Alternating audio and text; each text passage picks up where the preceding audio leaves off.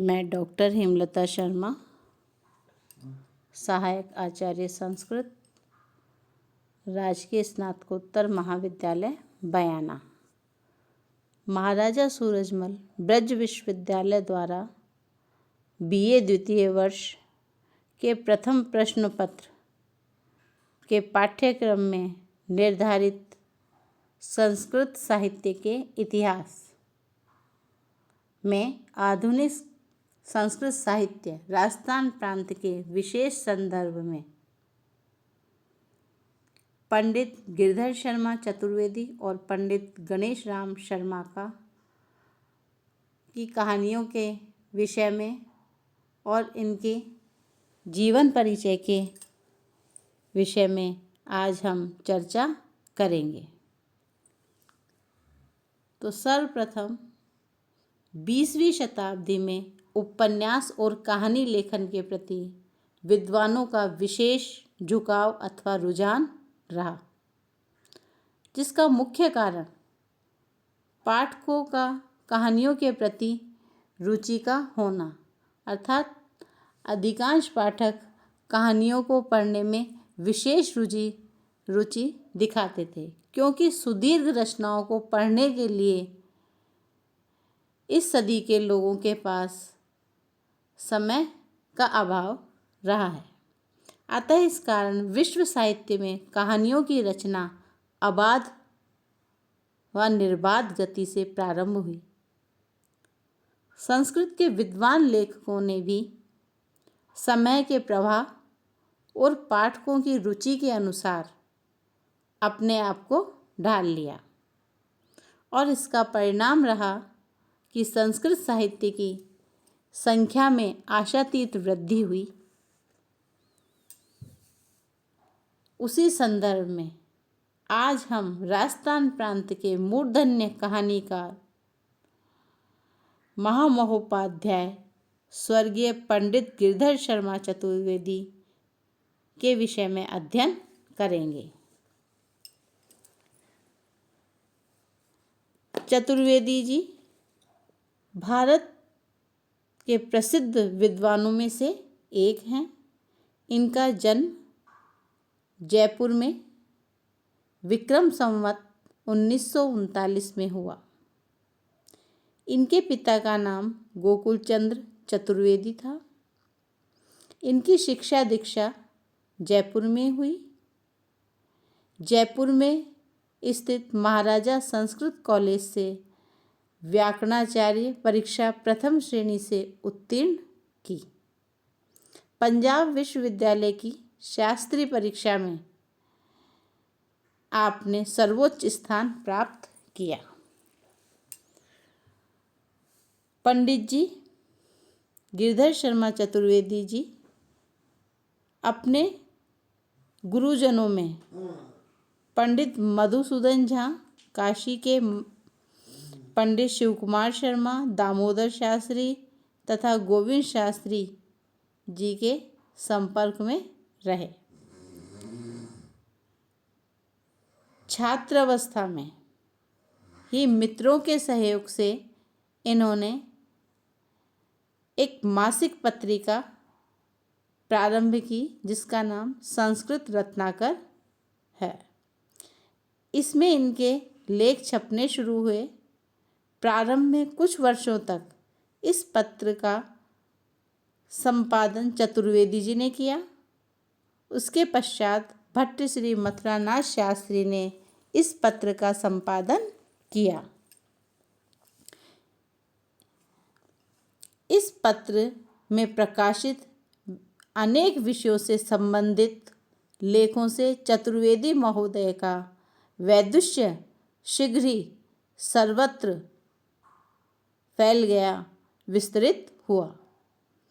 जब उन्होंने स्थान स्थान पर धर्म विषयक भाषण देना प्रारंभ किया, तो संपूर्ण भारतवर्ष में चतुर्वेदी जी का नाम सुप्रसिद्ध हो गया।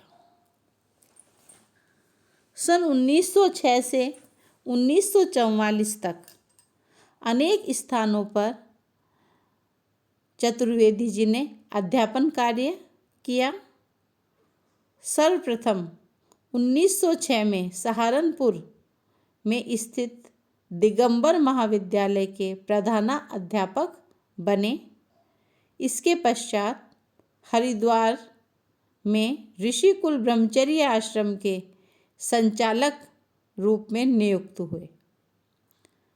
सन 1919 में लाहौर स्थित सनातन धर्म कॉलेज के प्राचार्य पद पर भी रहे। वहाँ 5 वर्ष तक कार्य किया और इसी समय इनके वैदुष्य से प्रभावित होकर भारत सरकार ने इन्हें महामहोपाध्याय की पदवी से अलंकृत किया। 1924 में ये महाराजा संस्कृत कॉलेज के अध्यक्ष नियुक्त हुए। यहाँ 19 वर्षों तक कुशलतापूर्वक कार्य संचालन किया और 1944 में यहाँ से सेवानिवृत्त हुए।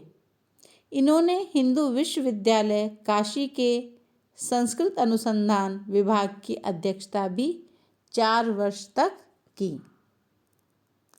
जीवन की अंतिम अवस्था अर्थात चरम अवस्था में चतुर्वेदी जी बनारस रहे।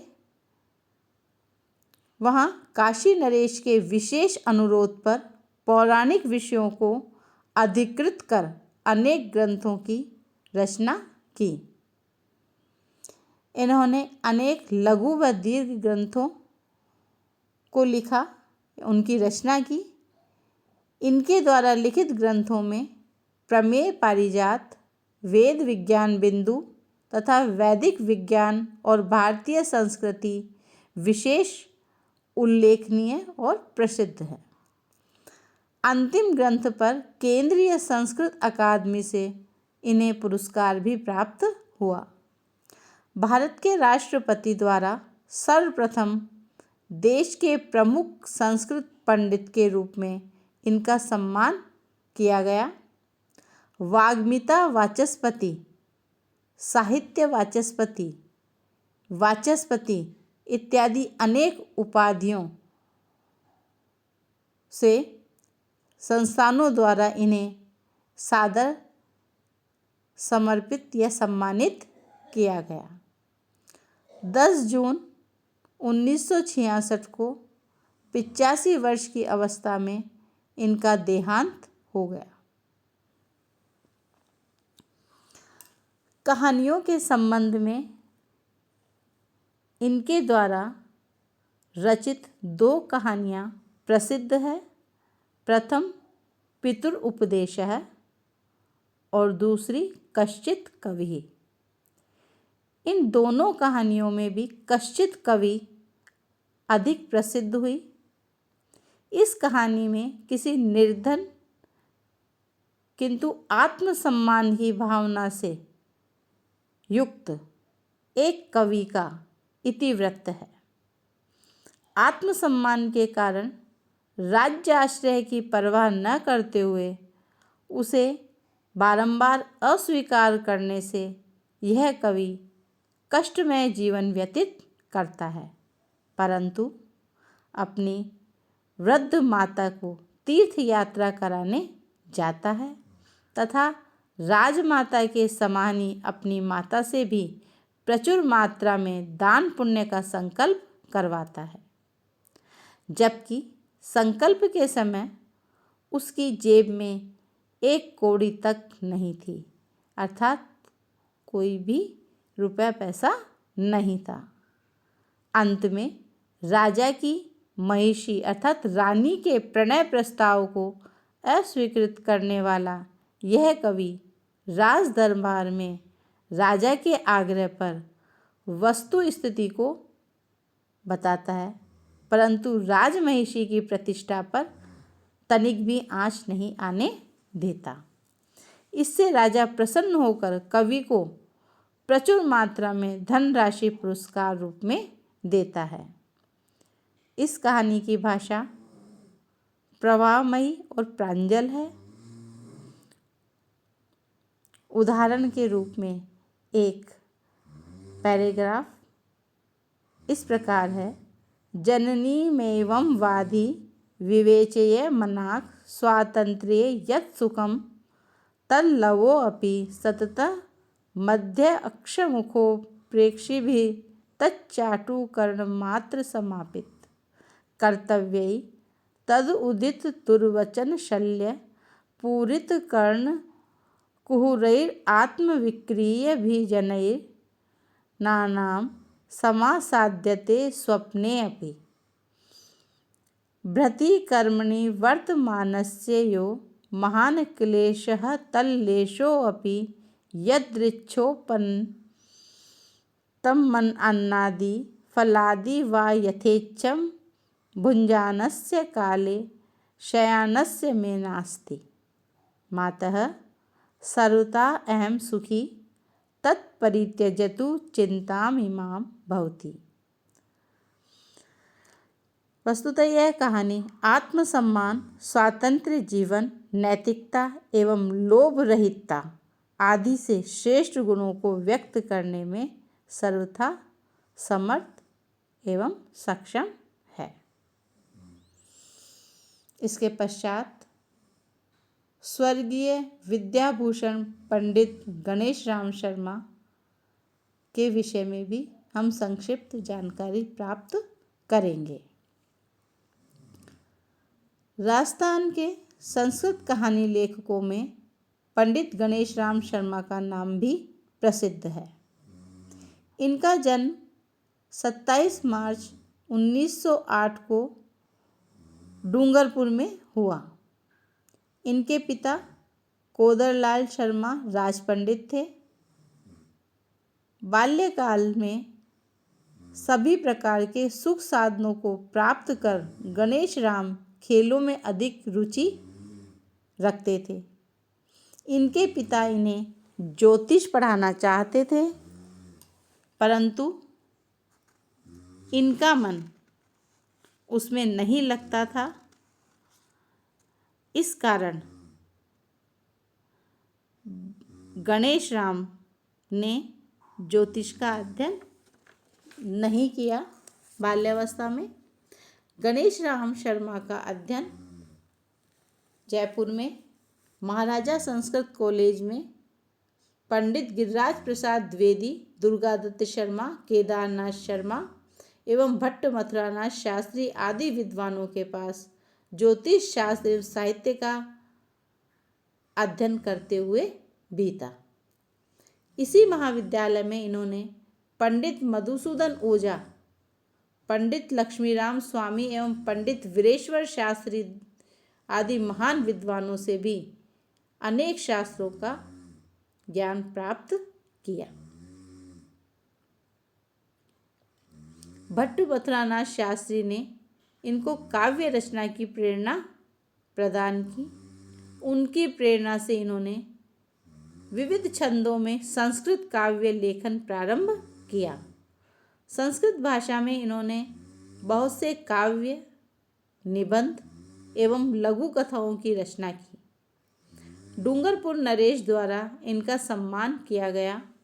इन्होंने सन 1950 में महारावण लक्ष्मण सिंह के रजत जयंती समारोह पर अभिनंदन ग्रंथ का भी संपादन किया। 1947 में झालावाड़ के राजेंद्र इंटर कॉलेज में संस्कृत के प्राध्यापक नियुक्त हुए और 1977 में सेवानिवृत्त हुए।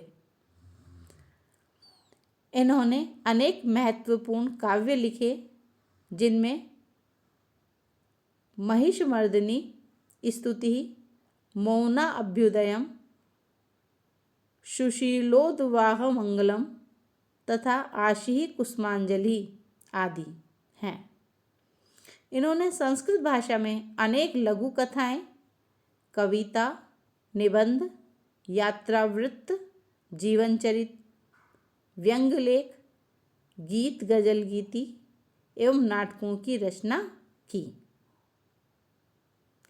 इनकी रचनाएं सुप्रभात, सूर्योदय, संस्कृतम, रत्नाकर शारदा, भारती, भारतवाणी, दिव्य ज्योति, स्वरमंगला तथा मधुमती अनेक पत्र पत्रिकाओं में प्रकाशित हुए।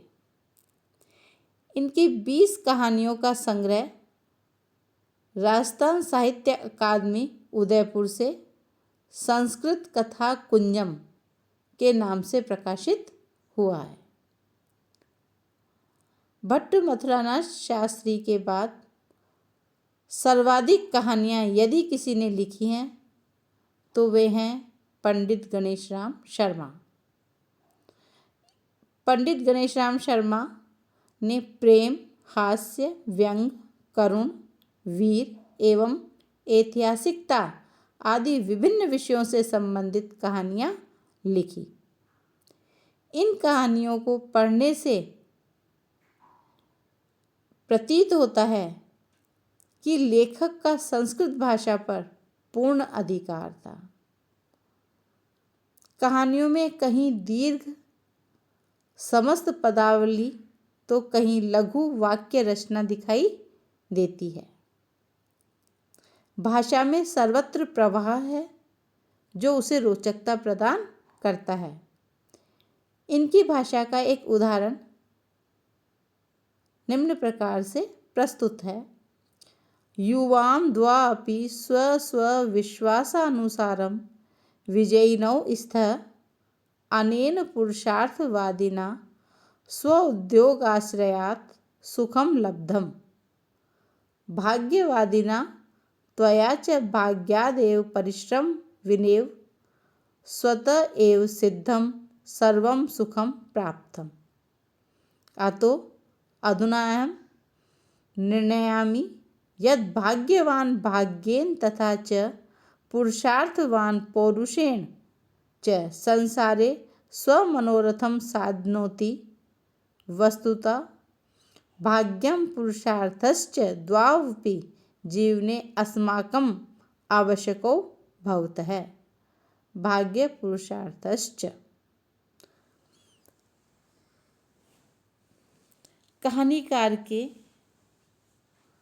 इस कथांश में सरल सरस भाषा एवं भाग्य और पुरुषार्थ दोनों का ही जीवन में होना आवश्यक बताया है। पंडित गणेशराम शर्मा के द्वारा विरचित सभी कहानियाँ रोचक और शिक्षाप्रद हैं। पंडित गणेशराम शर्मा राजस्थान के आधुनिक युग के श्रेष्ठ संस्कृत कहानीकार हैं। यदि ऐसा कहा जाए तो इसमें कोई अतिशयोक्ति नहीं होगी। गणेशराम शर्मा की रचनाओं से संस्कृत कथा साहित्य में विपुल रूप से वृद्धि हुई है। धन्यवाद। आगे हम राजस्थान प्रांत के विशेष संदर्भ में अन्य और कहानीकारों के विषय में भी अग्रिम क्लास में चर्चा करेंगे। धन्यवाद।